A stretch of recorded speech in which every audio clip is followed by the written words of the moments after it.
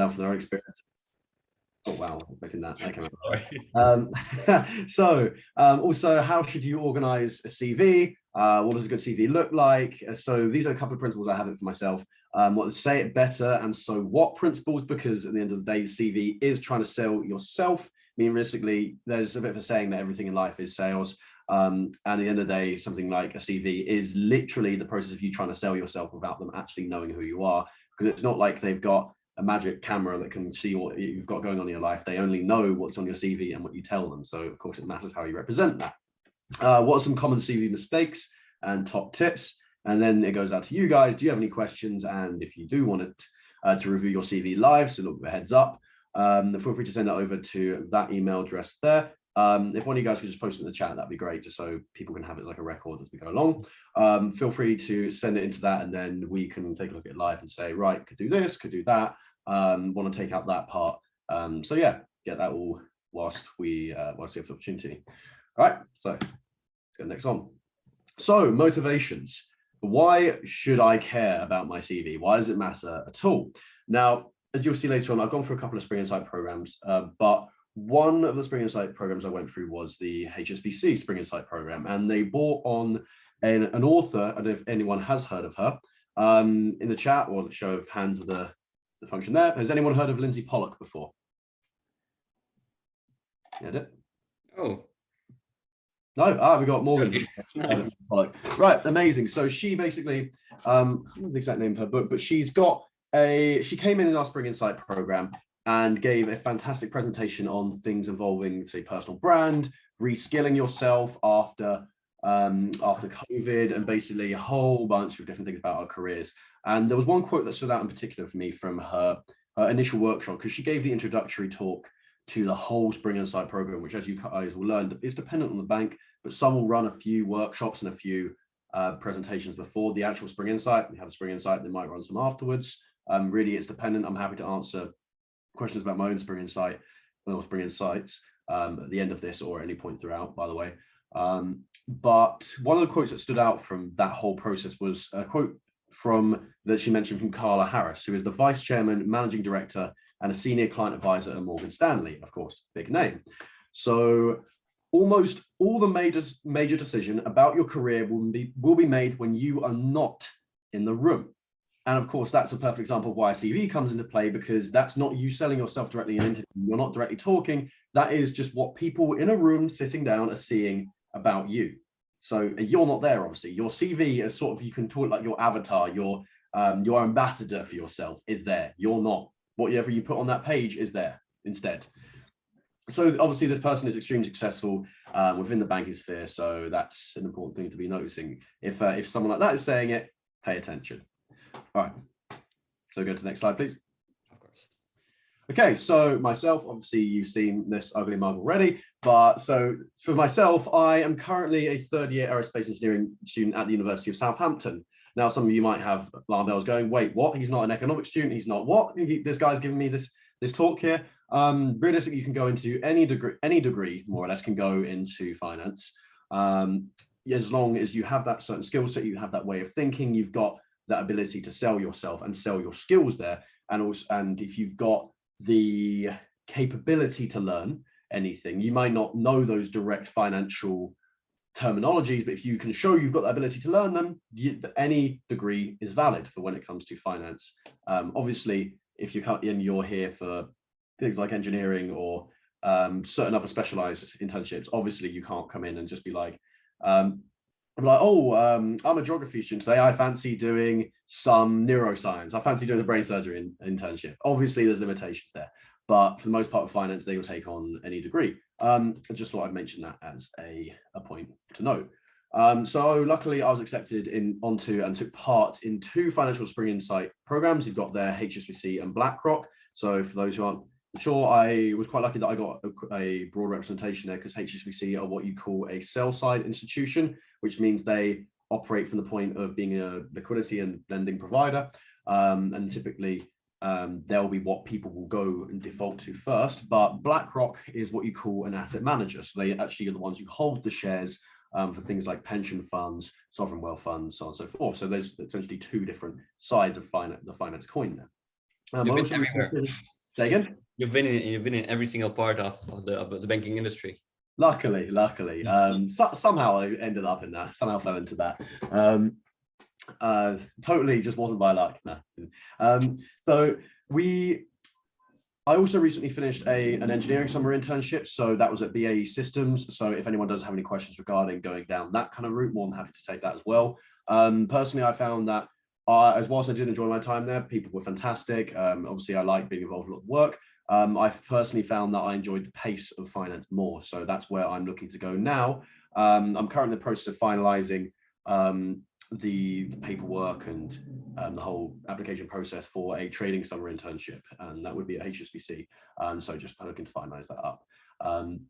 So yeah, which is essentially, I remember I started trading and looking into that back in the start of the first lockdown. So it kind of been a bit of a dream of mine for a little while now. So it's nice to see that come full circle.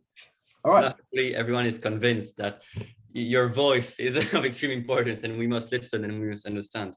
And again, if anyone has any questions, please write them like on a sheet of paper. And at the end, we'll have like a next stage. So please write them. It's better for you. It's better for us. There's more value created. And so please, if you have any questions, get them prepared and we'll be able to ask them at the end. And of course, if you do think I am talking complete rubbish, feel free to just point out and be like, you are completely off the bat, and just like, no, get out, like, you know, sort of oust him. That's all good. Feel free to, like, if you've got any questions about anything as I go forward, feel free to just point it out and then put it in the chat. So, because obviously, whatever question you might have, there might be someone else who has that question as well. All right, let's go. Cool. So, general structure of a CV. So the first part some people would tend to put in as a personal summary. I actually don't have that on my CV just because of the space constraint. I would have thought the other sections were a little bit more important because they help demonstrate an actual applicable. The one thing you're going to be seeing a lot of my principles with CVs is you've got to make sure anything you put on your CV, it can't just be a throwaway statement. It's got to be something which is backed up within that CV. It's got to be something. So often you'll hear people talk about, you know, I'm a team player on the CV, or, you know, I've got good communication skills. Okay, cool. How? And so you got to say that's the so what principles that I'm really talking about. Like, you've got to put on there, like, so what does that mean? And have you demonstrated that? So the next part, the first part that typically goes on the CV, and that's a given that is on there, is educational history. Then relevant skills after that. So in a way, you can kind of consider that the more advanced version of personal summary, because you're specifically highlighting skills. And we're going to talk about exactly how you can link that back to the internships. Work and leadership experience, achievements, interests can kind of come into play if you don't necessarily have those achievements directly, and the interest can sort of blend in the achievements bit there. But if you can, the specific achievements do the job of interest in some respect, but they make it a bit more explicit. You've done things, and in languages and technical skills after that. Okay, so general structure of a CV here. So I put, so you would put the start, you put your name there, and then say address, phone number, and email address, typically blocked out by vertical dashes there. And obviously I'm just black mine out here for privacy purposes, but you want to separate your sections as well. As we move forward, you'll see we want to separate our sections. So we're talking about so this is what you might call like the biographical data. And Missy, I didn't put that in the first part, but so everything after here will be separated with line breaks to help put those sections in there. And you put the biographical data at the very top because that's essentially the point of call if they do want to get in contact with you. You've got date ranges on the right-hand side, and everything else will start on the left, and then you will capitalize those section titles, as you'll see as we move forward. Right, let's go next slide. Okay, so here's an example. This is my CV. And luckily, this is the one that I was using for the finance ones. It should be worth noting that, of course, when you can, always be updating your CV. Especially when you're coming for a new application or any new application, you think to yourself, is there anything new that I can get on my CV, anything new and exciting there? So your CV won't say that will never really stay constant for long periods of time. It should always, if you have done something, try and update it there. But as you see, there's the line break. So I capitalize section titles, so education, relevant skills, work and leadership experience, and the bold parts, and also not the bold parts. Every section has essentially a line break underneath that, or some kind of a horizontal line. Yeah, cool. All right. Okay, so educational history. So this is where you're gonna list your entries in chronological order. So obviously the last one you're going to be doing is going to be your university, which you're at, for instance. And then you want to talk about, say, previous. So you mention A levels and GCSEs because you still want to mention GCSEs or equivalent there, because that's still important to be seeing. It might be like, oh, the last ones I had was A levels, but at the end of the day, it's still important to list the GCSEs there, particularly stuff like maths and English, because it is that base level requirement to be able to see there. Some kind of, or whatever equivalency that may be. So bold to emphasize some key information there about it. So that can essentially be up to discretion. But for me, for instance, if you're talking about degree, I like to highlight the degree that I'm actually doing, for instance, where I'm at right now, because you know that employers are still going to want to see, okay, they're doing this to a degree, and this is where they're at right now in their progression. I often like to list my current working grade as well. Be prepared though that anything you do put on your CV, you are going to have to essentially at times maybe back that up. So if you say, you know, you're working at 2-1 and you're like, oh yeah, I'm working at a first, be prepared sometimes, because there are going to be some companies who ask to see transcripts maybe, or they might ask to see, they'll do their background checks, right? So you got to be careful. And so this is the whole thing I said about you putting your dates on the right hand side as well. So typically you want to put the month which you started it in and the year to when that finished. And if you haven't finished it yet, just put present. So you got your university there. And if you can as well, leave space. Well, so if you can, you should be leaving space between your actual education entry and the date ranges there. Don't blend it all together, because then this is the reason why we have it all kind of separated, because it helps highlight things. It helps it make it clear that, okay, this is everything there and this is when I've done it, because otherwise it can just appear a bit disjointed and messy. So it's almost like this is, if you had a spreadsheet, for instance, this would be like 2 different cells and 2 different columns. So you got list your subjects there at A level, you want to be listing that. Obviously you can't necessarily list your subjects at GCSE because you know, because you end up doing a lot of them at GCSE, and you'd be taking away valuable space if you start listing them all. So just list some of the key ones. So often for finance, it will just be maths and English, because it's going to be A level and degree where they really care about. But so you got, as I said there, so allow space between entries. Any got any questions about educational history?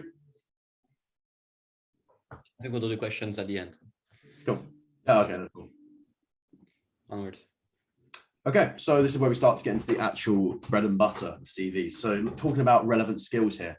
So one of my top tips when it comes to CVs, and this was given to me recently by someone who went through that process of getting into finance institutions before I did. He was a year above me, but he gave me a lot of advice when it came to this whole process. And this, what I'm about to say, matters when you're doing the actual interview process as well. Always, always, always be looking back at the job description and looking back at the job description and the company values.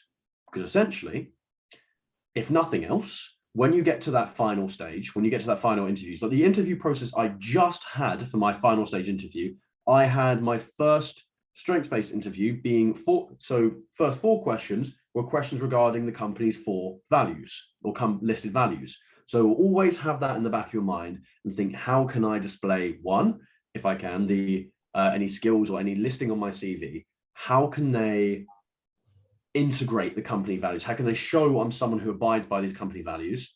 And how can I show that I also fit the job description? Because it's all well and good having a generic CV, but they are looking for someone who fills a certain criteria. They're looking for someone because you are going to be in a company surrounded by people at the end of the day. And those people want to make sure they have a set of core underlying values that enable their business persona. So always have that in the back of your mind. Okay, so on to the new points then. So be specific. So any skill that you have or any skill that you've mentioned here, back it up with genuine evidence from your past. So for instance, because I mentioned this earlier, you could talk about the idea. So what a lot of people might do on CVs is list skills: team player, good communication, organized. Everyone will do that. Everyone will say they've got these skills. How can you actually prove that? So if you just take a look at, so I'm not saying, oh, look at me, look at my CV. I'm doing this because I have had people in the past directly coach me on this is what people want to see within CVs. So just take a look at one of my points here.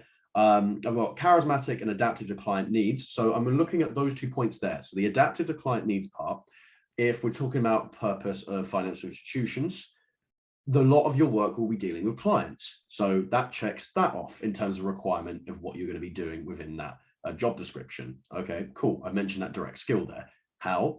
Adaptive to client needs due to the acquisition of and work with tutoring clients from a variety of educational and cultural backgrounds. So instead of just leaving it as charismatic and adaptive to client needs, I've gone, right, okay, how have I demonstrated this from my past and how can I do it in a way that sounds interesting and like I have relevant transferable skills to this job? So bearing in mind, it could be a job in your past. Obviously, that's, you could look at a job or any role like that is preferable, summer internship or whatever it may be. But realistically, that could be anything. So adaptive to client needs. You could have worked in a restaurant, for instance. You could have gone out of your way to make sure someone had the best possible experience. You've got a lot of, you're in a restaurant with like a lot of different dishes, a lot of different ethnicity of cuisine there. Just, it could be anything. It could be literally anything whatsoever. It just matters how you're going to sell it. So change the relevant skills section to match the required or desired skills from the job description where possible. And again, don't be generic. So as I said, look at this job description, whatever it may be for, let's say, the spring. So we're talking about spring weeks here. They're often going to say the kind of people they're looking for. They're looking for what you're going to do. They're looking for certain sets of skills on there. So always be changing these relevant skills, have that as like a checklist and be like, right, how can I demonstrate this? How can I demonstrate that one, that one, that one, that one? Because of course, they write these descriptions for a reason. They're writing them to say, right, we want you to have these skills. Show me you've got these skills. Online thesauruses are now your new best friend as well, because you, let's be honest, you could have like, I am great at this, great at that, great at this. And if you don't change it, it's like, okay, this is extremely repetitive. So online thesaurus is now your new best friend, because every time you think you might repeat the word, right, enter into a thesaurus and go, I'm going to mention something new, be emotive and impactful. So have it being hard hitting when you actually say it. So instead of just bland words, like say, avoid words like good or great, really. I mean, even great, even you could kind of stick it a bit emotive, it's still a bit bland. Instead, things like strong or say disciplined or anything which actually makes you think, oh, that's different. That's, you know, it's actually got some weight behind it in terms of descriptions there. Okay, I think we can move on to the next one there. All right, so work and leadership experience. So these are going to follow a lot of the same kind of principles that I've mentioned there. So there are going to be certain things that I emphasize, and I'm going to sound like a broken record on a lot of things here, but be specific once again. Anything that, because you've only got limited space in your CV, right? So you got to be very specific with things. Don't waffle. If you are putting something in your CV, think of it in the sense that, yeah, if we think of things from a finance point of view, right? They're not going to want extra wasted time, extra wasted energy. Your CV should not demonstrate that too. Your CV should be a representation. It's like an efficient document, and that's because that isn't a representation of you. So be very specific. Any description should be display. I mentioned this before, but should be a display of either the company values or the job description / skills. And one thing to mention as well is you should basically think about how you should think about, if your statement is too long there, is there any way which you can cut it down? Because think about, if you've got this big statement and you might have put in a lot of words, that's fantastic, but think about how you can say more in less. Because if you are able to reduce that line count, then you can get more good information on there. And it just seems like that's waffle as well. So always think about, okay, can I take this word out? It still have the same effect. So that whole idea of saying more with less. So let's just take a look at some of these statements here. So you've got actively engaged in several workshops and seminars on GBM and company values alongside a highly diverse cohort of interns. Okay, let's take a look at some of the words there. You've got actively engaged. So that's not just say I attended, it's all about I actively engaged. You know, it's that whole, okay, I'm willing, I'm up there, I'm wanting to learn, I'm involved, I'm not just being passive and taking it in. So on GBM, referring back to a lot of the, referring back to what the actual description of it was, and company values. So referencing the fact, okay, I not understand how important your company values are to you. A highly diverse part, well, you're used to working with a lot of different people from different backgrounds, and the connotations of that are that you are able to network and able to fit in with a variety of different people. And of course, that's extremely important with any kind of financial organization or any organization whatsoever, because you are going to deal with a lot of different people. Because at the end of the day, a company is made up of people. It doesn't matter what that company is producing. A company is the sum of its individual people. So, and then say this also includes extensive networking with members from all levels of the organizational hierarchy. So talking about there, so networking is essentially the whole summarization of that. Because of course, if you think back to some of these descriptions, they're going to think like, oh, good team player, good networker, good communication. So this actually shows, it doesn't just tell, it shows the person who's reading your CV that you do have these skills. So reach the final round of stock pitching competition. The opportunity greatly enhanced existing technical and fundamental asset evaluative abilities. So just want to highlight that part there. Asset evaluative abilities. That's essentially referring back to some of the job description, because I was applying for a trading role, and I was trying to refer back to, oh, yes, I actually do have some experience within what the description is going to be doing in the job. So you want to be emphasizing that. So it's that showing part again, as well as personal brand. The reason I mentioned that one specifically is because this is maybe for slightly later down the line. Even if you've been to a couple of events so far on, well, for any financial institution, if you had the opportunity to attend any, I don't want to call it pre-spring insights, but any random events they might have run, try and notice whatever it is that they put a particular focus on. So some companies might put a very particular focus on diversity and inclusion. Some might put a particular focus on sustainability. Try and notice what the company is actively putting out and putting a lot of energy into. Because if you can put it across that you've listened and that you've actually paid attention to what they are really focused on right now, and emphasize the fact that you also are caring about that, they'll go, huh, they fit in with us. So that's important to note there. And so personal brand was something that was mentioned quite a lot when I had my Spring Insight program. So when I was going for some internship, I wanted to try and weave that in, because it'd say, hey, I've listened to what you were saying during that time. So again, don't be generic. This is the whole thing. Don't be generic with anything you put down there. So it's that whole thing. Like, I don't want, hopefully after this session, no one will come out and be like, right, I'm a team player, and then leave it at that, because that's what everyone will do. So think about how any other candidate coming across would say it, and then say it better.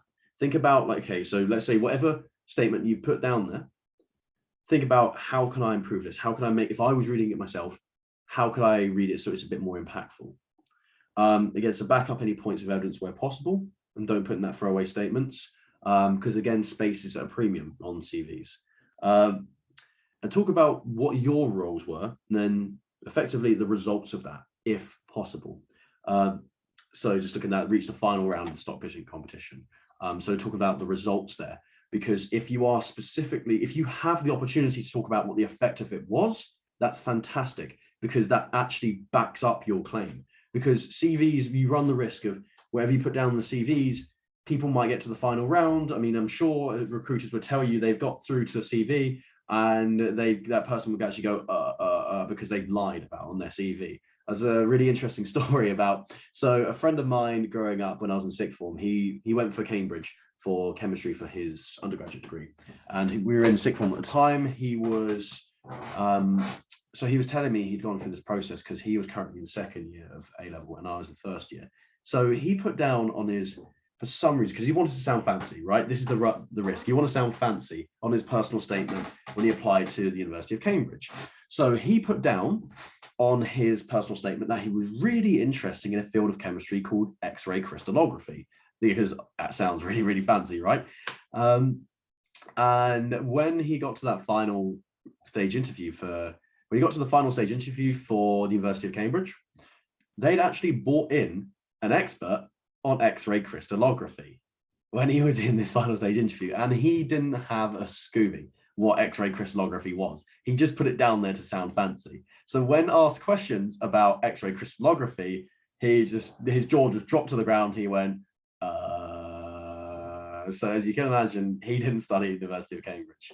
But so the point of the matter is, anything that you put down on the CV can and probably will be tested or asked about, particularly if it's anything technical.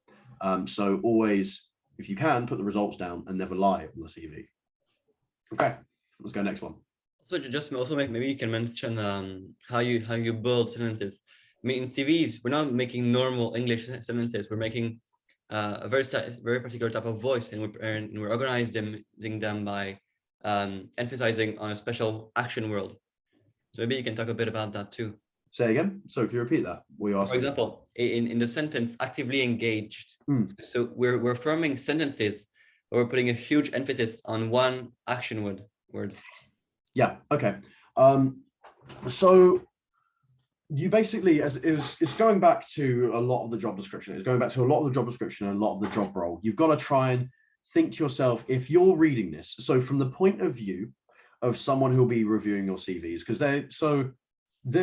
let's think about this for a second. So some of the Spring Insight programs are going to have thousands and thousands, or maybe even like up to let's say 100,000 for some of the big companies are applying for maybe 200 places or so.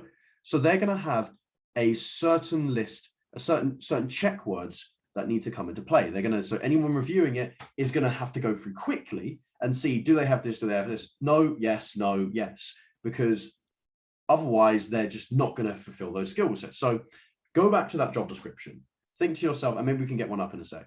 Go back to that job description and think, okay, what are the key skills they're looking for here? What are the key parts they're trying to emphasize? And then when that's in there, think to yourself, okay, right, how can I describe this in the best possible way? So if we look in that first sentence, this is what you were asking about there. So actively engaged in several workshops on GBM and company values alongside a highly diverse cohort of interns. So if you're reading that, you've got the actively engaged. It's leading back to that whole say it better principle, because you could have the point of view. So if we were to rephrase that, I could say, for instance, I attended several workshops and seminars on GBM and company values alongside other interns. So you're missing out there. If I attended, okay, cool. That sounds bland though. How can you say it from a point of view that represents a desirable trait? So you think to yourself, I've got this, how can I say it better? Actively engaged. And then say alongside of, if it was going alongside fellow interns, you think, okay, how can I say that better? Well, I can say alongside a highly diverse, because then that's illustrating another part of their values. It's if you look at, say, HSBC, they say we are connected and we get it done. So that's whole about bringing everyone together. So that's okay, that's bringing in that value there. So think about how you can say it better from the point of view of the company values or the job description. Does that answer that? Or do you want to go into a little more detail? Perfect. Cool. All right. Awesome. Okay, so here's just a couple of other examples I have in my CV of work and leadership experience. So if looking at some of the BA system stuff, there is just coming across. Create various documentation for both internal and client-focused external usage. I put in that internal and client-focused, so particularly the client-focused part there, because it's illustrating that, okay, I have experience working with clients, and that's another part that came in as part of the job description that I was going for in summer internships. And in thinking about the connotations of things there, so security memos, that's got connotations of you can be trusted with sensitive information. Anything you put down there, think about what are the connotations that will come with it within the context of your work you're applying for. So at the end of the day, you're applying for something where you are most likely going to actually be involved in something, or you're going to be taking on information. So you've got to think to yourself, they're going to be looking for people who essentially can be trusted. They have an ability to showcase the skill set they're looking for, because the thing with Spring Insight programs, they are a funnel for moving people towards summer internships. So they're not just letting people on for the fun of it. They're not looking people on for the sake of it, just because, why not? They are looking for talent. So bear in mind in the Spring Insight programs all the time, you're not I don't want to say you're being assessed all the time, but if you have the opportunity to ask a very good question, or you are able to do something that makes you stand out, that works very well in your favor, because trust me, people will remember you. So just as an example, this is genuinely not me trying to go, oh, look at me or whatever. Again, I really don't want to get across that image. I'm just telling you what happened, because this is so. If anyone can, there is an extremely good book by the name of How to Win Friends and Influence People. I don't know if anyone's heard of that. Carnegie. Say again? Carnegie. Carnegie, yes, Yeah. Exactly. It actually got a quote from Warren Buffett on the front saying, this book changed my life. So, I mean, if you're going to listen to anyone, listen to that man. Obviously, he's crazy rich. So one of the things that a lot of the way in which I view, say, CVs or interviews such moving forward came from that book. But if you can ask a good enough question and show good enough interest, you will be remembered. The internship interview I just had. So during my Spring Insight program, I asked a particularly in-depth question that luckily had, there was the co-head of the trading desks, and he was the one he had my motivational interview with me a couple of days ago. And he said, oh, I remember you asking this question. So obviously someone who will meet a million different people over the course of the year, luckily had remembered me because of something that was a bit more standoutish. I put that additional effort in. Now that's coming back to yourselves. If you can, let's say when you're in the Spring Insight programs, because if you're here now, I don't doubt that you're all going to get Spring Insight programs in one form. You've got that, you've made that additional effort to come here. So you are leagues ahead of other people coming in. So congratulations for coming first off. And I have no doubt you're going to smash things in the future. But if you can do your work beforehand, try and make like a good question, or try and prepare for any seminars that particular parts of the Spring Insight program which really interest you, because then you'll be remembered. So because you want to be remembered, you want that personal brand, which because within Spring Insight programs, they'll give you a lot on, say, mindset and the kind of personalities they want moving forward, again dependent on the Spring Insight program. But one of the things they'll talk about is often how your success in career is based on exposure and your networking, not necessarily just your actual skill set. So that's just something I thought I'd bear that in mind, or give that across to you guys from my experience there. But anyway, and so hopefully if you can, you had a chance to read some of these here, but I'm happy to go back to this if you guys are interested later. All right, so the achievements part here. So this is especially important to start introducing figures and to be specific here where possible. So obviously there is a certain caveat to this if it concerns like financial data. So for instance, I mentioned this, so I talk about, let's say I'd had this investment portfolio. There are certain parts where banks or other institutions might not like you directly putting on your results here, because it just appears a little bit, I won't say show offish, but it's just a bit out of touch, or it's like a bit, it's just not, it can be quite sensitive concerning that. So where possible, be specific on your figures, but just have your own discretion as to whether you need to be putting those exact there. I know that's a bit wishy-washy, but hopefully that makes sense. So looking at some of the ones here, so I was part of in April, May last year, a friend of mine started doing the PPE that was being used in hospitals at the time. He was part of a team here at the University of Southampton that 3D printed all of the PPE for the area around Southampton, the Hampshire area, which I was really lucky to be a part of. It was fantastic. I was involved in more the publicity side of things, but their team was fantastic. They 3D printed all the facial shields that got used in the Hampshire area, which is mind-blowing. Really good work from there. But if I'm just talking about the Constantly CV, so it's coming in here, fundraised for and manufactured over 4,000 facial shields for NHS facilities in Southampton and local Hampshire areas. So mentioning over 4,000, that's a specific amount there. With CV, with the achievements part, it's particularly important, if possible, to mention that specific amount, because you're trying to emphasize what the result was with that achievement if you're putting in there. And then you mentioned, say here, took on the role of public relations and publicity manager within the team. And you want to be putting in bold here, the actual achievement itself to highlight this is what we did as a summary.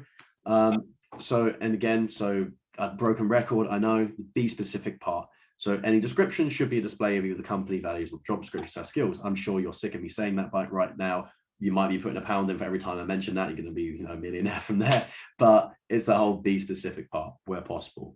Don't have the wishy-washy things on the CV. So another part again, so don't be generic and think about how the other candidates would say it, then say it better. Realistically, anything at all can be used as an achievement if you value it well and you can sell it well enough on your CV. And of course, it links back to some of the display of values between that is shown on the CV, because whatever you are putting on the CV, whoever's reading it will have an inherent ability to read between the lines, because you can say things directly there, but often you can kind of consider this the indirect communication part.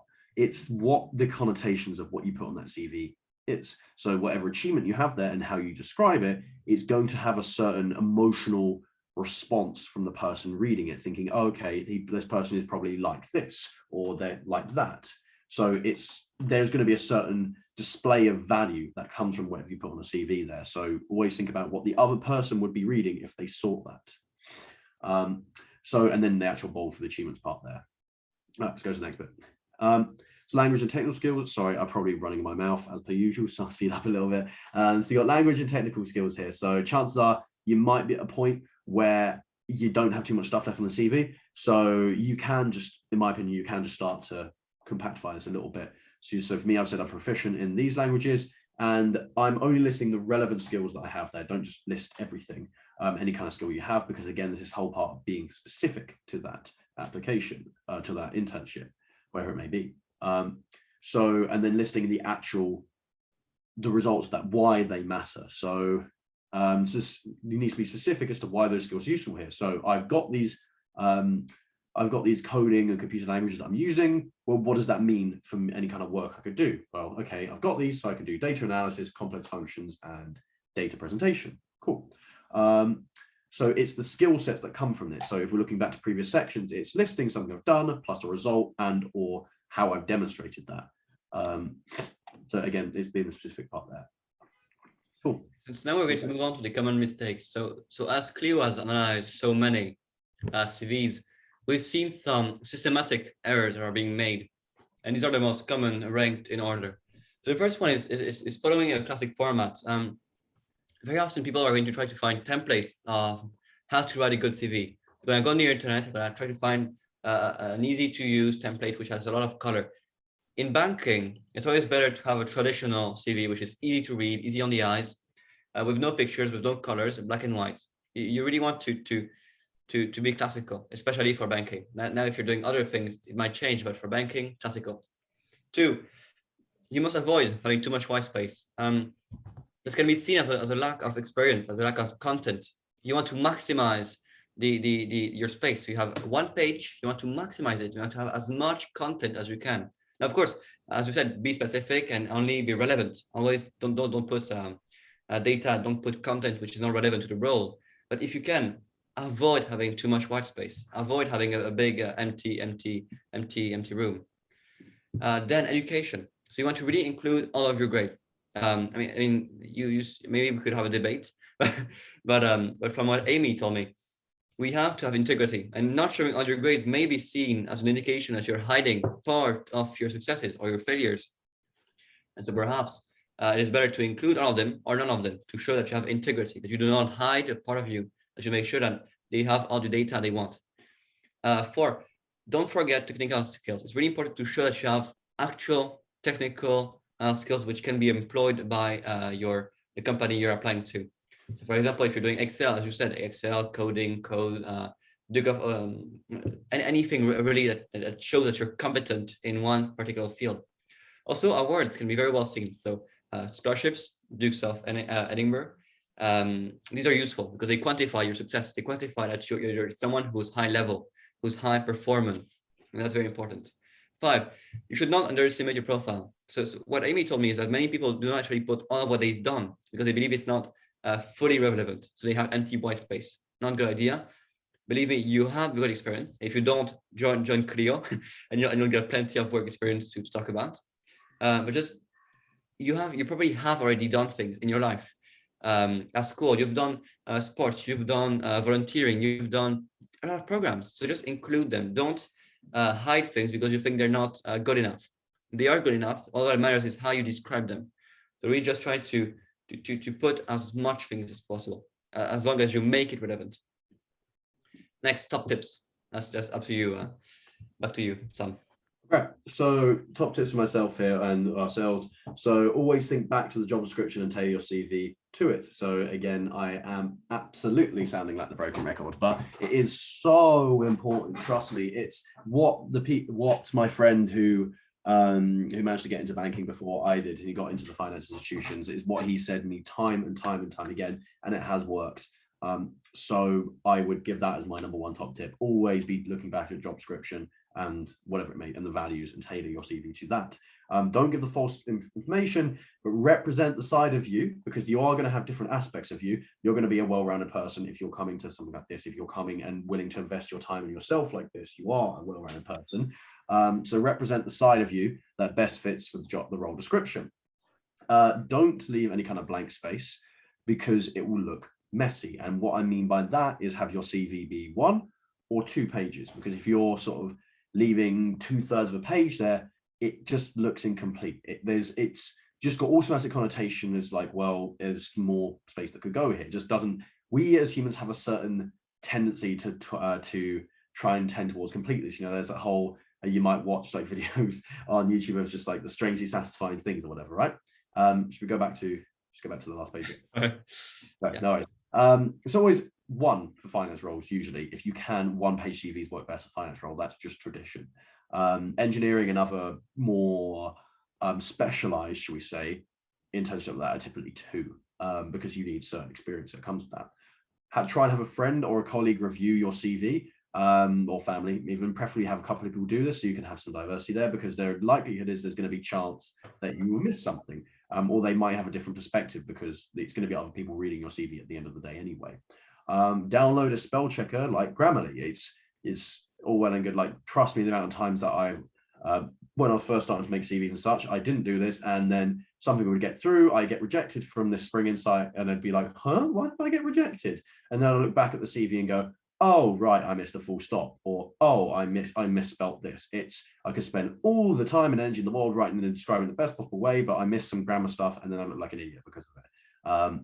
So don't leave your CV to the last minute in the application, and don't send that CV off when you're tired, because you will miss something. Speaking from experience, basically use me as like your sort of your test dummy. Like, I've made the mistakes of like leaving it last minute, sending it off when I'm tired and missing something, and going the next day, oh, God's sake, why did I do that? Why did I leave that bit in there? Or why did I not change that?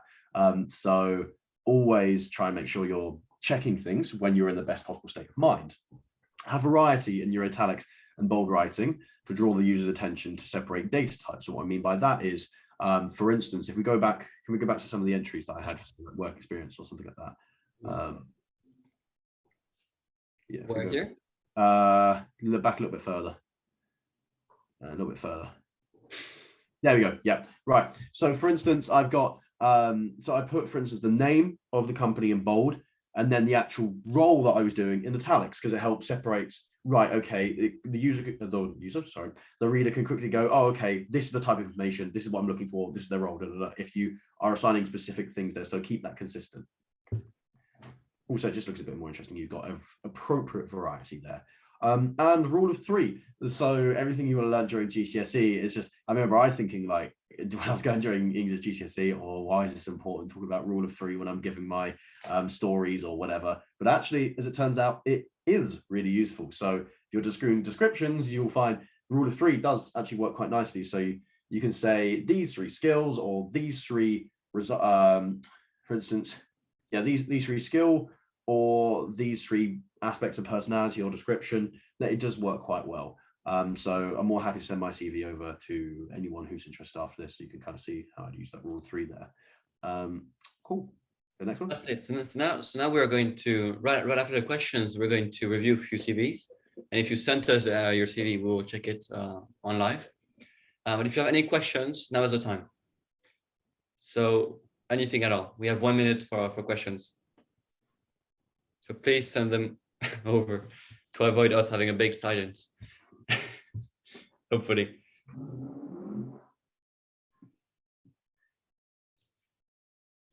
So we don't really have any questions at all. Feel free to come off mute as well and say those questions if that you think that's more appropriate. Hi, should I send my CV in the chat? You can try to send it in the chat, but I think it only works on mail. You have to send it on the mail I have right here. Which send it? Yeah, this mail. 1 second. Done. This mail now you just send your CV and we will review it directly live. Yeah. What is the main point you want to set in stone? Sam, tell us. Set in stone. Main point, always be tailoring that CV back to the job description and to the company values. So as I said, so it is always to be trying to see how your CV can be how you are a representation of the kind of candidate they are looking for, because they post those job descriptions for very specific reasons with very specific parts of that job description, saying they are looking for these skill sets and these sets of values. So main point to set in stone is to always have in the back of your mind, and potentially even you might just want to, you could print that job description out and have it on the wall behind you. You could, if you had a separate screen, have that in the background whilst you're making CVs and such, the job description and the company values. Just always bear in mind the company values and the job description as you're making these. Absolutely, and I think also what helps is I know some people who actually copy the same words, because many companies like Goldman have automatic CV checkers. So you use algorithm to scan through the CV. Mm-hmm. So it can be helpful to copy the exact same word. For example, say quantitatively assessed this, or proved analytical skills. So you have to like use a very precise wording, very precise vocabulary. Mm. So yeah, again, it's trying to call back to that job description. So if they've got a particular skill that you've listed on there, try and almost like directly take that across and say, put that explicitly in the CV so the algorithm can pick that up. Absolutely. Okay, let's move on. CVs. 1. Cool. So what do you think of this one? So I'd say overall, from what I've seen, this is quite a good CV as is, though more, I think looking at GCSE, it's not necessarily so necessary to be put in exactly which you got. So grade 9, grade 2 times that. It could probably be said, for instance, these number of GCSEs from this to this, with an emphasis on including English 8 and maths. So that could be said in a little bit less, because you got to think from a human perspective. You know, you are trying to make it easier for the person reading as well. You want to be like them to go check, right, cool, this is good, I can pass this on now. Hello. Okay, I'm getting new CVs on. So London School of Economics and Politics. I think this is all pretty good for the most part. You maybe wanted to allow a little bit more space between entries there. So you've got London School of Economics, BSc Politics. You could say have another space between that entry there and the next one. So like just an enter there. And then move the BSc Politics up into the London School of Economics. So you can have a comma there and then everything after that. Next part seems all right. You could probably even arguably move the bullet points more to the left, gives you more space there. One point to note as well is that the date format hasn't remained constant. So some of it is only going, for instance, 2020, only year to year, whilst other parts are month to month, including the months there. So my advice is always include the months as well, just to keep the format the same, or whatever kind of form of date you want to take, keep it the same throughout.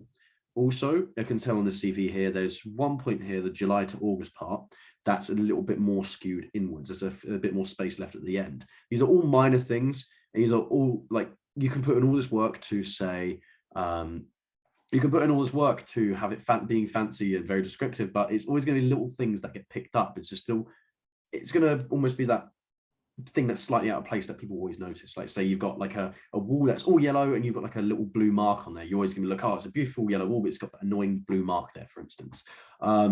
So out of 700, chosen to intern. Okay, so some of these here don't necessarily give any kind of emotional impact. So you're looking at 1 or 2 applicants out of several hundred chosen to intern for 2 weeks in the role of business analyst. Okay, so what?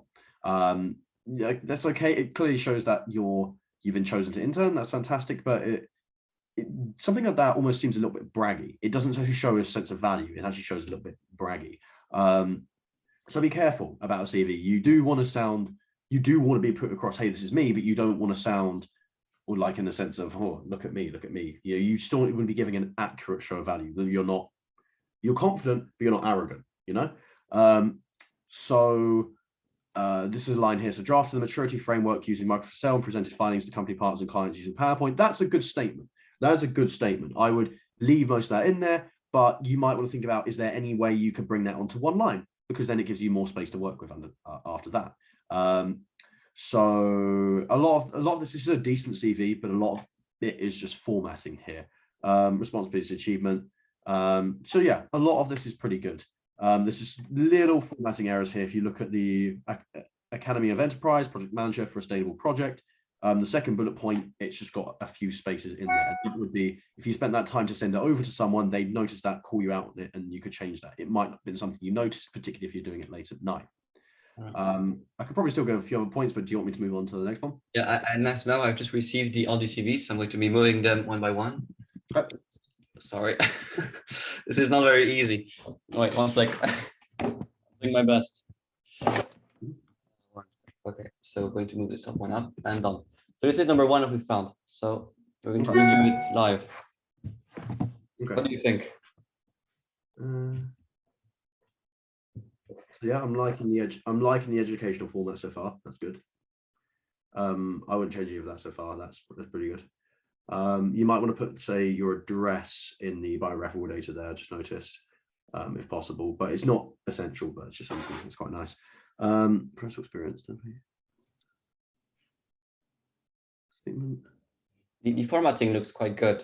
Yeah. There's no major errors on that. No. I'm saying professional experience looks pretty good so far. What do you see?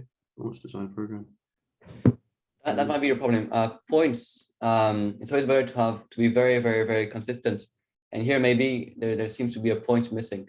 Yeah. Here. Do you see the mouse? Yeah. Full stop there needed. Yeah. So here it might be a problem.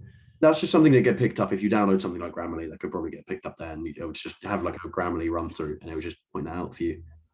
It's very important to be very consistent. Sale. No, to be honest, from what I can see, I've only read the professional experience stuff so far, but this is looking like a really good CV. I like the fact here you've got, let's say, the rural company part. You're being specific with exactly what you've done there and exactly what the results of that were. So completed a sale, £100 in 1 month. Yeah, it's all fantastic. I like the fact you received letter recommendation. That's fantastic. You've got that in there. So I think this is really nicely done. Trying to just read through it quickly. So, no, I think the rest is pretty good. No, okay. From what I can tell so far, this is a really good CV. The fact it's got so much specificity in there and so much linking up. I mean, of course, without knowing exactly what you're applying to there, I couldn't say how well it fits into the company values and the job description there. But from what I can see so far, as a general point, this is a really good CV. I think you should be proud of this. Now, second one, I'm trying to done. Okay. So just if you wanted a little bit more space, from what I can see, you could probably shift those bullet points to the left, so indent them one less level. Looking at, say, anything education experience, just because it gives you a little more room to play with. Looks a little bit cleaner, and also if you're looking at, say, so we're looking at the education part there, so in advanced mathematics, that would all put it all into one line, and again that gives you more space to play with, or moves things down onto one page. I think there's a few things to fix. First of all, if you're doing Spring Weeks, you have to be one page. You can only be one page if you're doing Spring Weeks. So it's really important to like condense everything up. Like here, there's 2 pages. Yeah, it's not possible. So also, there's a lot of white space. There's a lot of perhaps like empty. If you do one page, maybe like condense everything a bit into a block here piece of CV. Yeah, no, I agree. So you could probably say, I'm looking at the this here, you could probably move some of these together. Some of these points in education, you could probably move them together. So if you look at the Methodist College, Kuala Lumpur, you could arguably move that into the next to Cambridge A levels. You could just all have that as all one line. And with the education part, the University of Manchester, you could still keep that as some bullet points there, because there are certain things you want to emphasize there. So because you're not necessarily emphasizing things with the Methodist College or the Arrows Resource Centre, you're just essentially listing this as was like just point and blank data. You could just move that up into the Cambridge IGCSE or the Cambridge A levels part, all of it, and that saves you space. So yeah, you got there in the last part of your CV, you do have empty space after that. So that would either, if you're going for 2-page, that would need to be filled up, or ideally what we want to try and do is condense it all onto one page where possible. So looking at educational certificates, attain knowledge of global financial markets. I'm liking this, yeah. See, this is all good descriptions. So these are all good descriptions. I'd keep a lot of these. So it's fantastic you've gone out there and you've got this. There's a lot of good connotations to say you've gone out there and got experience in that. So the main thing to bear in mind in your CV is you're going to need to condense it to one page. So think about, is there anything, ideally you don't want to get rid of it, but you know, you are going to have to potentially get rid of some things or limit that space there. So we're looking at just looking at hobbies and skills, intermediate, soft, communication, critical thinking list. See, I like the fact there's so many skills there, but bear in mind, think to yourself, are these particularly linking to the job description there? So there might be some things you have to get rid of with hobbies, for instance, just for the sake of the one page there. But it's great that you've got a lot of these skills. Think about the key ones you're going to keep just for the sake of time there, also for the sake of space. Is there anything you'd add, Romain? Yes, there's a lot of there's one more. There we go. Okay. Okay, I'm just going to try to hide. Okay. First, the formatting might be because I'm using an Apple product and not a Windows product, so it might be that. Okay, obviously, if it was like that already, that's something that needs to be considered there. So currently taking. Okay, so just looking at some of the formatting here. Okay, so maybe it's something that got sent across there, but maybe there's some bullet points or things that had gone awry, but otherwise the formatting would need to be looked at within the education section. So it's good that you got currently taking BSc Economics. That seems almost a little bit casual how it's been saying. So you could instead just you could just put University of Warwick BSc Economics instead of just saying so currently taking. The reason I'm just saying that is it just seems a little bit kind of a little bit casual in a way, because you want to be sort of sharp to the point. This is what I am taking. So avoiding, I'm not trying to sound rude or anything like that. So just trying to avoid waffle. It's not waffle per se, but hopefully you understand what I mean. They're just trying to say more and less. But leather theme, no, okay, you've got some really good experience there. BlackRock, big name there, of course, so fantastic. You got that on there at this stage in your professional career. Leather team 4 in a portfolio challenge. That's a really good way of saying it, but look at, you are missing the Trump election, oil price crash, so you might want a full stop after that, or the full stop goes after the brackets there. You'll create a PowerPoint that invests the risk and driving factors of returns, shows analysts. Yeah, that's okay. The way you've described things in terms of your work experience is fantastic there. What you did and very specific about it. So you've done really well there. And looking at the dates as well, that's a good way of formatting there with London, UK. The only thing I would say there is you've got the Santander one. It's slightly different format to the ones above, because the August part has gone into the line above. So just try and keep consistent with that formatting there. It's good that you got line breaks between things there. It's cool that you got day trader, self-taught performance trained psychology, not active professionally. Yeah, okay. A lot of this is good. So one thing I would say with a lot of your CV there. So for instance, you said focused on fundamental analysis, and then you say I looked at interest rates. So you want to think about the frame of the person you're doing it. So, you know, first, second, third person, because it's sort of a mix between first and third person. So stay consistent with that, and usually want to stay in third person. So you want to be saying, right, you could say, look at that one. Focus on fundamental analysis, looked at interest rates, stimulus policy, political news to aid trading decisions. So it brings it back to third person instead of just a mix between first and third. But other than that, it's good that you've got all of this on there on a daily basis. So you could say collaborated with colleagues, potentially instead of saying friends, just because friend appears a little bit casual on the CV.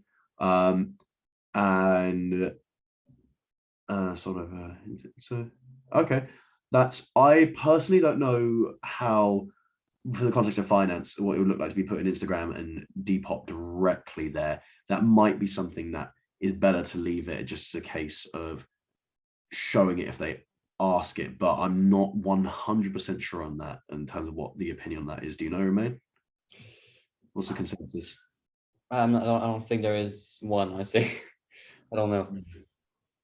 I think if it's got that particular, if it's something which has definitely performed well, and obviously it's really proud of, make sure to leave that on your on there. But I need to have a think about that. Actually, let me get back to you're thinking about leaving the direct Instagram and Depop on there, because yeah. So I need to have a think about it. Obviously, that's fantastic. You've got that on your CV saying, I like the fact you said they sold over 800 items and gained 600 plus positive reviews. That's fantastic there because you're being specific. You're saying the results were, you're saying what you've got there. I like in the interests and achievements, you've got it being quite succinct there as well. Yeah, and then you think back to a lot of this is directly applicable. So I'd say it's just general formatting with this as well. To try and just bear in mind, so at times the whole first and third person, and try and make sure you look at the CV and make sure it's tailored back to display the value. So you're looking at there's traded CFDs in the commodity markets. So you can say might try and think, okay, what would maybe not necessarily what the results of that were, but what skills does that demonstrate specifically? Looking back to the company values. Okay. So I think maybe hobbies, reading the Financial Times, might be seen as I don't know. I'm not sure how bankers would see that. Yeah, so you might want to instead put something like, research, or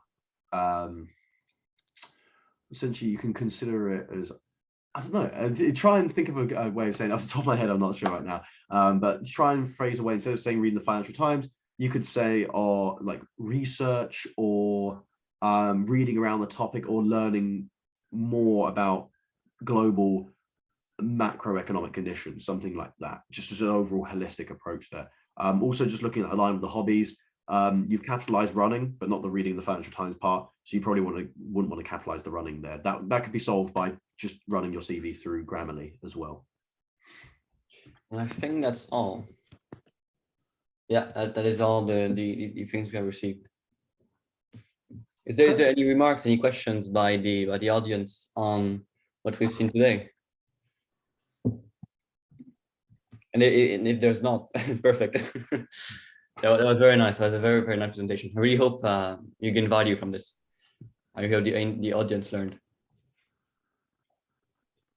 No, I don't think there's any questions. I think we will have to end it here. Thank you very much, Sam. that was a great presentation. No worries at all.